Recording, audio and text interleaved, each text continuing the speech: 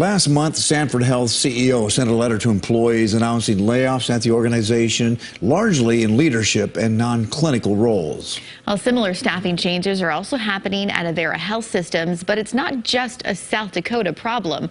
Hospitals and health systems across the country are working to cut costs. In tonight's Eye on KELOLAND, we look into why the healthcare industry is facing so many financial challenges.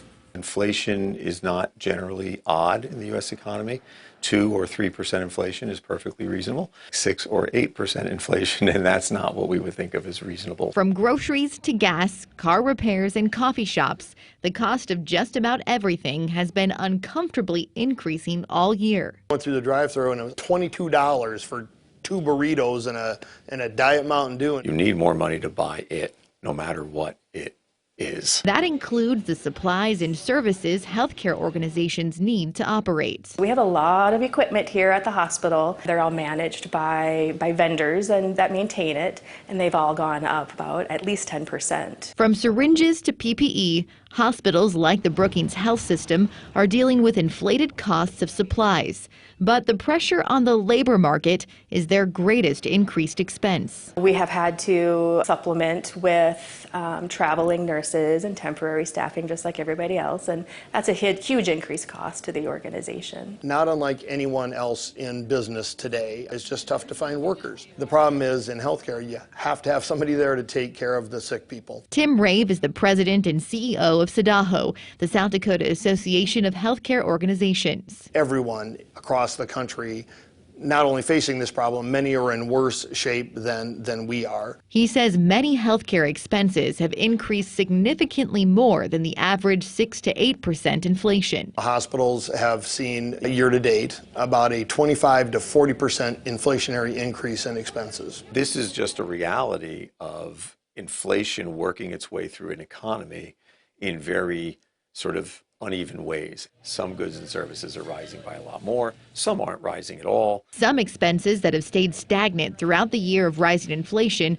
are insurance premiums and copays. It all comes down to the negotiated rates that are set with our government Medicare payers as well as our commercial payers. Those contracted rates generally last at least a year, which means unlike other businesses, hospitals haven't been able to adjust their prices to compensate for their rising expenses. Starbucks can add $1 to their latte if that's what they need to do to cover their costs.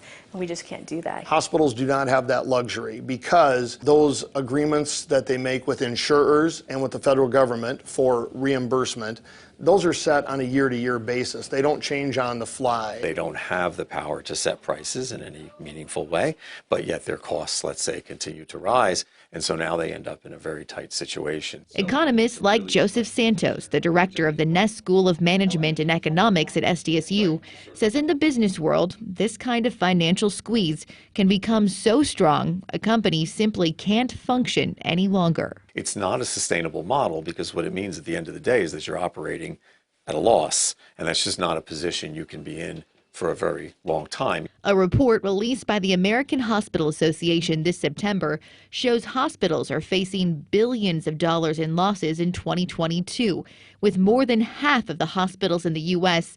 projected to have negative margins throughout the rest of the year. In a hospital, generally, year to year, they make between a 1 and 3% margin. Even at 25%, certainly not up to 40%, that is not sustainable. We've had that increased volume to offset a lot of those costs, so we're still able to have a margin, which is great. The Brookings Health System says they are feeling the financial pressures of inflation, but so far they've been able to keep up thanks to a 31% increase in patients since 2019. And like many healthcare providers, they're hopeful newly negotiated contracts in the new year will help, but they know it won't fully solve the problems facing the industry. Those insurance companies are also only willing to negotiate so much. That uncertainty is why many healthcare organizations are doing everything they can to cut costs. If you're trying to drive out costs, you look to the places where you can drive out the cost and still provide the essential services. Santos says it's likely why Avera and Sanford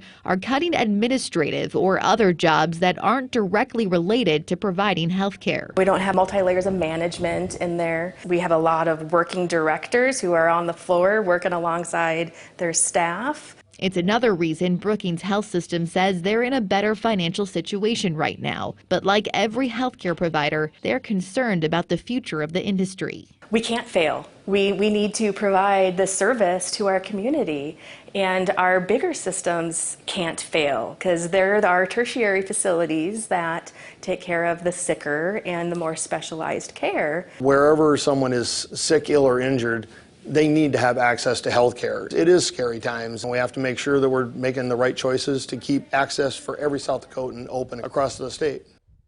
Now, federal funds help support health systems through the height of the pandemic, but now that financial aid is over. Santos says if the financial strain on the healthcare industry continues into 2023, it will likely take some kind of federal legislation or intervention to make sure this essential service continues throughout the country.